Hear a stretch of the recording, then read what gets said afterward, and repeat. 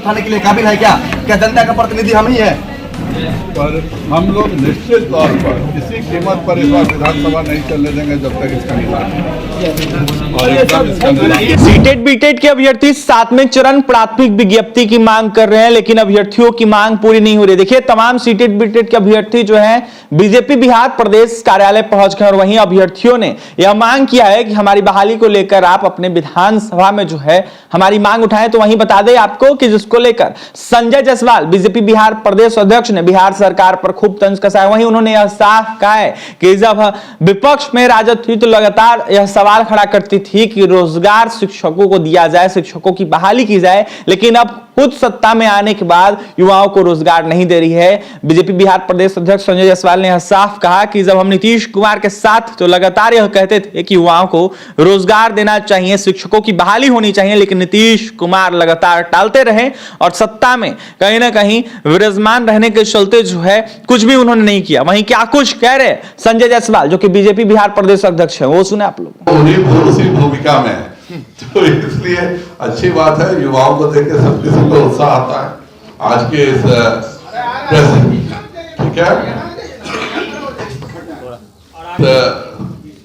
पत्रकार वार्ता में उपस्थित प्रदेश के उपाध्यक्ष सिद्धार्थ शंभू जी, हमारे मीडिया प्रभारी राकेश जी, अशोक भट्ट जी, राजू जी, यहाँ उपस्थित पत्रकार बंधुओं और हमारे सीटीईटी और बीटीईटी दोनों के पास किए हुए हमारे अभ्यर्थी भी सामने हैं। 2020 का जो विधानसभा चुनाव है, एक तरह से कहिए तो यह पूरा का पूरा चुनाव रोजगार के मुद्दे पर था। भारतीय जनता पार्टी के प्रदेश अध्यक्ष के रूप में हम लोगों ने जो वादा किया था कि हम 10 लाख रोजगार के अवसर उपलब्ध कराएंगे, और हमारे जो विरोधी दल थे उन्होंने भी वादा किया था बिहार की जनता से कि अगर हमारी सरकार बनती है तो पहले कैबिनेट के बैठक में पहला दस्तखत 10 लाख सरकारी नौकरियों का होगा। चुनाव हुआ, जनता को एनडीए पर विश्वास था और हमें 74 सीट दिया गया, 43 सीट दिया गया। फिर हम लोगों ने एनडीए के साथ बैठक की, भाई हम लोगों को 10 लाख रोजगार के अवसर का वादा किया है। तो माननीय नीतीश जी को ये लगा कि भाई हम इसको बढ़ा क्यों नहीं सकते हैं। हम कहे कि देखिए उद्योग मंत्रालय हमारे पास है, अगर आप मदद कीजिएगा तो निश्चित तौर पर हम इसको बढ़ा सकते हैं। और पूरे एनडीए में हमारी और नीतीश जी की सहमति बनी और सरकार बनने के साथ हम लोगों ने 19 लाख रोजगार के अवसरों का वादा बिहार की जनता से किया था। हम सब लगातार उस पर काम करते रहे। काम दो तरह से हुआ, एक सरकारी नौकरी के रूप में, एक दूसरे के रूप में। नीतीश जी के साथ मिल करके हम लोगों ने पूरी कितनी नौकरी खाली है वह हम लोगों ने इसका जांच किया। 2,35,000 नौकरियां, सरकारी नौकरियां उस समय बिहार में उपलब्ध थी। तो एक योजना बनी कि हम 2,35,000 ये सरकारी नौकरियों को देंगे और बाकी 17 लाख लोगों के लिए हम इंडस्ट्री में इस तरह की योजनाएं बनाएंगे कि 17 लाख लोगों को रोजगार हमारे उद्योग के माध्यम से, अन्य माध्यमों से मिल सके। और उस पूरे 2,35,000 में 1,15,000 नौकरियां जो थी वह सिर्फ और सिर्फ शिक्षा विभाग की निकली थी। इस पर हम लोगों ने लगातार काम करना भी शुरू किया।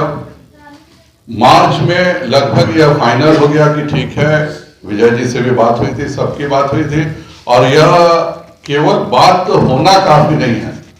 उस समय के तत्कालीन शिक्षा मंत्री जी ने सदन में यह आश्वासन दिया, और हम लोगों के बात के कारण नहीं दिया। हम लोगों ने जब यह निर्णय कर लिया कि हम 1,15,000 नौकरियां शिक्षकों की देंगे, तो बकायदा विजय चौधरी जी ने शिक्षा मंत्री के रूप में, और सबसे जो दिलचस्प बात यह है, गांधी मैदान में पहला उदाहरण मिला होगा कि एक व्यक्ति 10,000 लोगों को नियुक्ति पत्र दिया जा रहा है। नियुक्ति पत्र का मतलब होता है कि आज से आप नौकरी शुरू कर रहे हैं, और आप पुलिस की बकायदा वर्दी में आ करके नौकरी नियुक्ति पत्र लेने का ढोंग करते हैं, क्योंकि आपकी नियुक्ति तो पहले ही हो चुकी थी।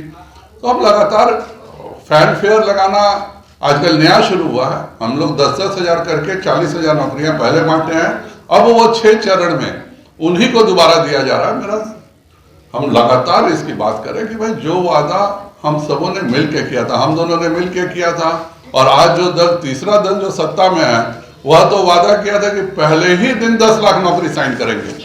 हम लोग खुद नीतीश जी भी मजाक उड़ाते थे कि तुम्हारे बाबूजी क्या जेल से ला करके नौकरी देंगे 10 लाख। तो उस समय आज जब साथ बैठे हैं तो अब तो नीतीश जी जानते हैं कि उनके बाबूजी कहां से लाके देंगे, तो उनको तो 10 लाख नौकरी सबसे पहले देना चाहिए, क्योंकि नीतीश जी तो बाकायदा सदन में पूछे थे कि तुम्हारे बाबूजी 10 लाख, हम लोग बोले कि 2,34,000 खाली है, 10 लाख नौकरी कहां से लाके दीजिएगा, तो बोले कि नकली नोट छाप के देंगे। ये सब नीतीश जी का वक्तव्य है, ये मेरा वक्तव्य नहीं है, और बाकायदा सदन में वक्तव्य है। तो भारतीय जनता पार्टी अपनी जिम्मेवारी से मुक्त नहीं हो सकती है, क्योंकि हमने सरकार हमारी बनी थी, हमारी और एनडीए की, और इसलिए भाजपा ने यह निर्णय लिया है कि इस मुद्दे को अब भारतीय जनता पार्टी लेगी, क्योंकि आज तक जिन्होंने वादा किया था उन्होंने कुछ नहीं किया, और जिसने वादा किया था 10 लाख नौकरी देंगे, यार तुम्हारे पास तो सबसे बड़ा मौका है, कुछ भी नहीं करना है, सारी तैयारी कंप्लीट है, सेंट्रलाइज आप एक बार मॉनिटरिंग स्टार्ट कीजिए और जॉब दे दीजिए।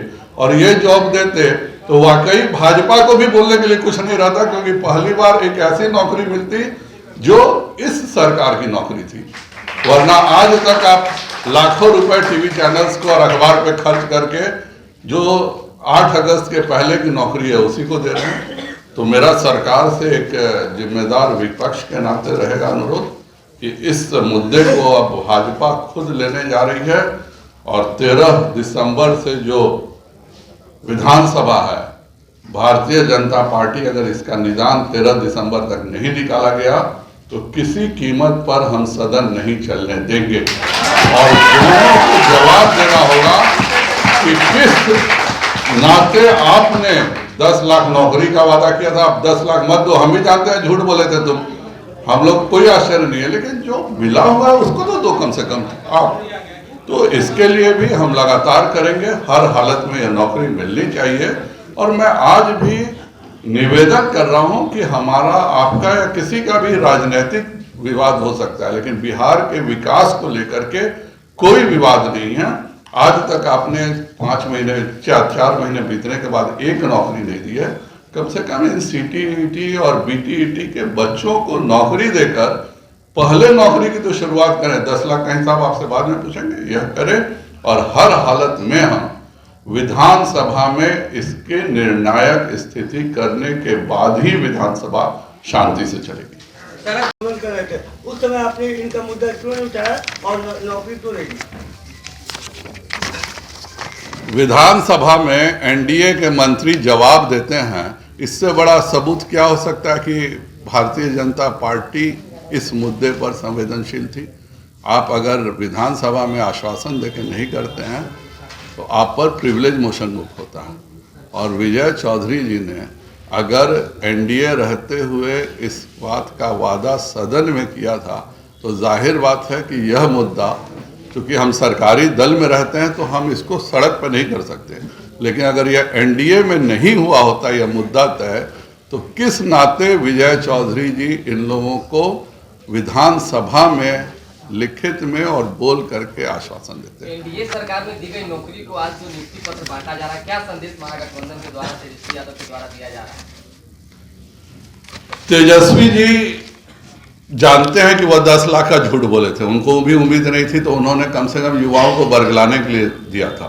हम वह विवाद राजनीतिक विवाद है, वह हम राजनीतिक रूप से निपटेंगे, लेकिन जो 2,34,000 सरकारी नौकरियां और उसी के ये जो 30,000 नौकरियां बांटी गई हैं उसी का एक हिस्सा है, वो हम सब पहले दे दिए थे और दोनों ने मिलकर दिया था, और उसी को दोबारा तेजस्वी जी के पास दिखाने के लिए किया जा रहा है। एक चूंकि दोनों दल का आपस में विलय होना है, माननीय नीतीश जी को जाना है आश्रम में, जाके राजद के नेताओं को ट्रेनिंग देनी है, तो उसको देने से पहले वह तेजस्वी जी को सभी पुराने नौकरियों का चेहरा दिखा दे रहे हैं कि देखो 2020 के बाद इनको हमने भाजपा के साथ नौकरी दिया था, आप भी इनसे जान पहचान करो। बहाली हुई उसमें पुराना रूल रेगुलेशन था उसके आधार पर बहाली हो वो एनडीए ने यह प्रश्न किया शिक्षा मंत्री से कि क्या हुआ शिक्षकों का, और विजय चौधरी जी जदयू के और भाजपा के एक शिक्षा मंत्री के नाते उन्होंने वादा किया कि हमारे पास सीटीईटी और बीटीईटी के अभ्यर्थियों की एक बहुत बड़ी संख्या है और हम इन सबों को निश्चित तौर पे नौकरी देंगे। यह सदन में एनडीए के शिक्षा मंत्री के द्वारा दिया गया बयान है। आप चाहें तो आप सबों को मैं दे भी सकता हूं। यह प्रश्न हुआ था माननीय चंद्रशेखर जी के द्वारा 25/6/2022 को। उसके पहले भी 7 मार्च को भी यह प्रश्न आया था। उस समय भी विजय चौधरी जी ने यह वादा किया था। हम लोगों ने बिल्कुल दिखा सकता हूं मैं। तो ये तो सबसे अच्छा तो यह है कि आज के वर्तमान के जो शिक्षा मंत्री हैं यह उन्हीं के द्वारा पूछा गया प्रश्न। तो यह वर्तमान के शिक्षा मंत्री जो उस समय सामान्य विधायक थे वह प्रश्न करते हैं और जदयू के शिक्षा मंत्री रिप्लाई करते हैं कि हमारे पास सीटीईटी और बीटीईटी के अभ्यर्थियों की पूरी संख्या और हम इसको करेंगे। और हम लोग लगातार लगे हुए थे क्योंकि हमने वादा किया था 19 लाख रोजगार का 10 से 19 इस विधानसभा में निश्चित तौर पे बिहार की जनता को भी मिल जाएगी। क्योंकि हम सरकार के हिस्सा थे पिछले विधानसभा में और खुद मंत्री जब विधानसभा में खड़े होकर, चाहे वह भाजपा का मंत्री हो चाहे जदयू का मंत्री हो, वह स्वयं खड़ा होकर के कह रहा है कि नहीं मैं तुरंत इसको शुरू करने जा रहा हूं, तो क्या कारण है कि हम विश्वास नहीं करेंगे? ये बच्चों को मैं यही कहूंगा कि हम लोगों ने भी इस मुद्दे को लिया है, हमें भी थोड़ा सा समय दें और इनकी मांग हर जगह हम साथ देंगे। और मैं तो पुनः तेजस्वी जी से हाथ जोड़ के रिक्वेस्ट करूंगा कि आपने 10 लाख नौकरियों का जो वादा किया था, इन बच्चों को नौकरी दीजिए। हम भी आपको धन्यवाद देंगे कि कम से कम आपके 10 लाख की संख्या घट करके 8,85,000 हो जाएगी। 1,15,000 तो वाकई आपके पास बोलने को हो जाएगा। वो भी आप नहीं कर रहे हैं, यह हमारे समझ से परे है। वो 2,35,000 नौकरियां दे दें जो एनडीए के समय ऑलरेडी फाइनल था, नीतीश से वादा था। उसके बाद हम बाकी 7,65,000 के लिए तो हम उनको हर जगह कटघरे में काट लेंगे। अपराध की घटना पे सब कुछ कहेंगे क्या? सर एक सवाल है, केस सैनी में जो आप पर पूरा विवादित बयान दे रहे हैं, कल आपको जिसकी जो मानसिकता होती है वो वैसा सोचता है, मुझे उस पर कुछ नहीं कहना है। लेकिन आप उप मुख्यमंत्रियों का भवन खाली करने के बारे में बोल रहे हैं। उप मुख्यमंत्रियों को जिस घर में, पूर्व उप मुख्यमंत्रियों को जिस घर में जाना है, आप बिना उसके व्यवस्था के बोल रहे हैं। और वही अगर आप पता करें, मैं किसी व्यक्ति की बात नहीं कर रहा हूं, राजद के प्रदेश अध्यक्ष कहाँ रहते हैं बताए, किस नाते वो रहते हैं? जदयू के प्रदेश अध्यक्ष किस नाते रहते हैं? आपके इन सब को क्यों मकान दिया गया? एक व्यक्ति की बात नहीं है। लेकिन नीतीश कुमार जी भवनों का प्रयोग अपने सुविधा से करते हैं। खुद ही जब आरसीपी मंत्री थे तब उनको किस नाते दिया था आप नहीं बता सकते हैं, लेकिन आपके उससे सूट नहीं किया तो 1 घंटे में आपने आरसीपी का सामान फेंक दिया। तो यह जो सरकार का विधानसभा का भवन जो है, यह नीतीश कुमार जी ने अपनी व्यक्तिगत जागीर बना ली है और उस हिसाब से दे रहे हैं। यह सरासर गलत है। निश्चिंत हो जाए। नीतीश जी के मन में उसी समय था कि कुछ ना कुछ बेईमानी थी, तो रोज हमको कहते रहे कि आज करेंगे, कल करेंगे। हम लोगों का लगातार दबाव भी रहता था कि सरकारी नौकरियां दी जाए और उसी के तहत चाहे वह 10,000 पुलिस की नौकरी हो, चाहे वह 10,000 आपके राजस्व विभाग की नौकरी हो, इन सब नौकरियों को हम लोग ने दिया गया। सरकार बदलती है और आज तक 6 बार नौकरियों का मेला लगा है और उन सब। तो आपने सुना बीजेपी बिहार प्रदेश अध्यक्ष संजय जायसवाल है, जिस तरीके से तेजस्वी यादव 10 लाख रोजगार का दावा कर रहे हैं, उसको लेकर उनका साफ कहना है कि अगर आने वाले सत्रों में अगर तेजस्वी यादव 10 लाख रोजगार नहीं देते हैं, शिक्षकों की बहाली नहीं करते हैं, तो हम विधानसभा सत्र नहीं चलने देंगे। तो देखिए रोजगार को लेकर लगातार बीजेपी जो है बिहार सरकार पर हमलावर है, तो वहीं संजय जायसवाल ने मोर्चा खोल दिया है। संजय जायसवाल ने साफ कहा है अगर विधानसभा सत्र के दौरान बहाली शिक्षकों की नहीं होती है तो हम जो है विधानसभा सत्र नहीं चलने देंगे। देखिए, जब एनडीए में थे संजय जायसवाल, उनका साफ कहना था नीतीश कुमार के जब साथ थे हम, तो नीतीश कुमार को लगातार यह कहते थे कि बहाली कीजिए शिक्षकों की, लेकिन नीतीश कुमार टालते रहे और अभी तक बहाली नहीं हुई है। तो वहीं क्या कुछ कहते संजय जायसवाल आपने सुना है। और ही तमाम खबरों के लिए NBC 24 के साथ बने रहे। बहुत बहुत धन्यवाद।